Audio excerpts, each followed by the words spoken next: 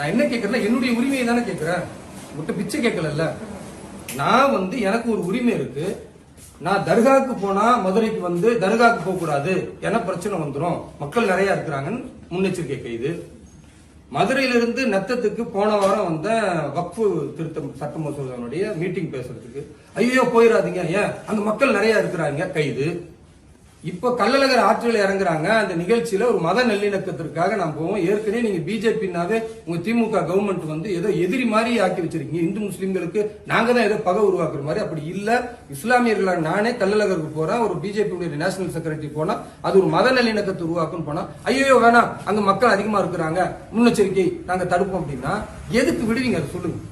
வேலூர் இப்ராஹிம் பிஜேபியில் இருக்கிறதுனால என்ன தர்காவுக்கு விட மாட்டீங்க, கைது பண்ணுவீங்க. மசூதிக்கு விட மாட்டீங்க, கைது பண்ணுவீங்க. கள்ளழகர் ஆற்றில் இறங்குற மத நல்லிணக்கத்துக்கு விட மாட்டீங்க, கைது பண்ணுவீங்க. பொதுக்கூட்டம் முறையா அனுமதி வாங்கி அதுக்கு போவோம், அதுக்கு கைது பண்ணுவீங்க. எதுக்காவது விடுவீங்களா? எல்லாத்துக்குமே இந்த பாதுகாப்பு நம்ம தமிழ்நாட்டுல பாதுகாப்பு இல்லையா? குறிப்பா மதுரை மாவட்டத்துல என்ன ஒரே டெரரிஸ்ட் அதிகமா இருக்கிறாங்களா? உங்களால கட்டுப்படுத்த முடியல காவல்துறையினால? இந்த கேள்வியை கேட்டா நான் கேள்வி கேட்காம வேற யாரு கேட்பா? என்னுடைய உரிமை தானே பாதிக்கப்படுது. என் மேலதானே நீங்க அடக்குமுறையை தொடுக்குறீங்க. இல்ல ஏதாவது ஒரு லீகல் இருக்கா? நீங்க சொல்றது எந்த இடத்துக்கு நீங்க என்ன தடுக்காம சரி சார் நீங்க போகணும் இருக்கீங்க, எதுக்கு பாதுகாப்பு கொடுக்குறீங்க சார்? என்னுடைய உரிமையை ஒரு குடிமகனா எனக்கு ஏதாவது ஆபத்து ஏற்படும்னா அந்த ஆபத்திலிருந்து என்ன காப்பாத்துறதுக்கு தானே பாதுகாப்பு. இல்ல என்ன எங்கேயுமே முடங்க விடாம என்ன வீட்டுக்குள்ளேயே வச்சு கைது கைது கைது, இதுக்கு தான் பாதுகாப்பா?